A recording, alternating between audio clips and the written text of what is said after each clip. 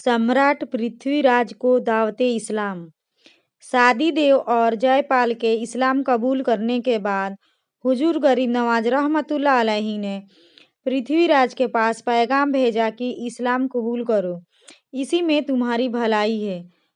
बादशाहत भी हाथ से न जाएगी और मरने के बाद भी चैन मिलेगा। वरना खूब याद रखो कि तुम्हारे लिए यहाँ और वहाँ दोनों जगह बड़ी मुसीबत का सामना है और उस वक्त तुमसे कुछ बनाए न बन पड़ेगा। मगर उसके दिल पर कुछ असर न हुआ और ख्वाजा साहब का यह पैगाम सुनते ही आग बगोला हो गया। उसने इम्तहान लेने के लिए एक शख्स को हुजूर की खिदमत में मुरीद होने के लिए भेजा। जब उसने हुजूर की खिदमत हाजिर होकर मुरीद बनना चाहा, आपने उसे मुरीद बनाने से इनकार कर दिया। मालूम होने पर आपने फरमाया कि मुरीद न करने के 3 कारण हैं। पहला यह है कि दिल में दगा और गंदगी है। दूसरा यह कि शिर्क तेरे तबीयत में इस तरह बसा हुआ है कि तू खुदा के सिवा हर एक के सामने सर झुकाएगा।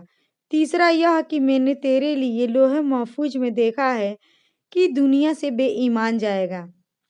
यह सुनकर वह शख्स हैरान हो गया और राजा की खिदमत में जाकर सब हाल बयान कर दिया। ख्वाजा गरीब नवाज रहमतुल्लाह अलैहि और पृथ्वीराज के बीच कसमकस बराबर जारी थी और अब दुश्मनी और भी बढ़ गई। राजा का जब किसी तरह हुजूर गरीब नवाज रहमतुल्लाह अलैहि पर बस न चला तो उसने सारे मुसलमानों पर जुल्म ढाने शुरू कर दिए। उसका एक दरबारी जो मुसलमान होकर ख्वाजा साहब रहमतुल्लाह अलैहि का मुरीद हो गया था, उसको तकलीफें दी गई। उस मुरीद ने ख्वाजा साहब रहमतुल्लाह अलैहि की खिदमत में हाजिर होकर फरियाद की कि मेरी सिफारिश की जाए ताकि राजा अपने जुल्म से बाज आए। ख्वाजा साहब की मुरीद नवाजी मशहूर है। आपने राजा को इससे बाज रहने की सिफारिश की, लेकिन राजा ने एक न मानी और गुस्से में हुक्म दिया कि यहाँ के राजा होने के नाते हमारा हुक्म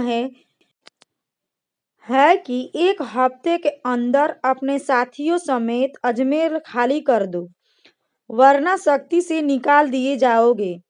जब यह हुक्मनामा हमारे ख्वाजा साहब रहमतुल्लाह अलैहि के पास पहुंचा तो आपको जलाल आ गया और फरमाया, हमने पृथ्वीराज को जिंदा गिरफ्तार करके लश्कर इस्लाम के हवाले कर दिया है। ख्वाजा साहब रहमतुल्लाह अलैहि की ज़बान मुबारक से यह जुमला सुनकर लोग हैरान थे, मगर उन्हें यकीन था कि ख्वाजा साहब रहमतुल्लाह अलैहि की ज़बान से निकली हुई बात बेअसर नहीं हो सकती। इसीलिए बड़ी बेकरारी से नतीजे का इंतजार करने लगे।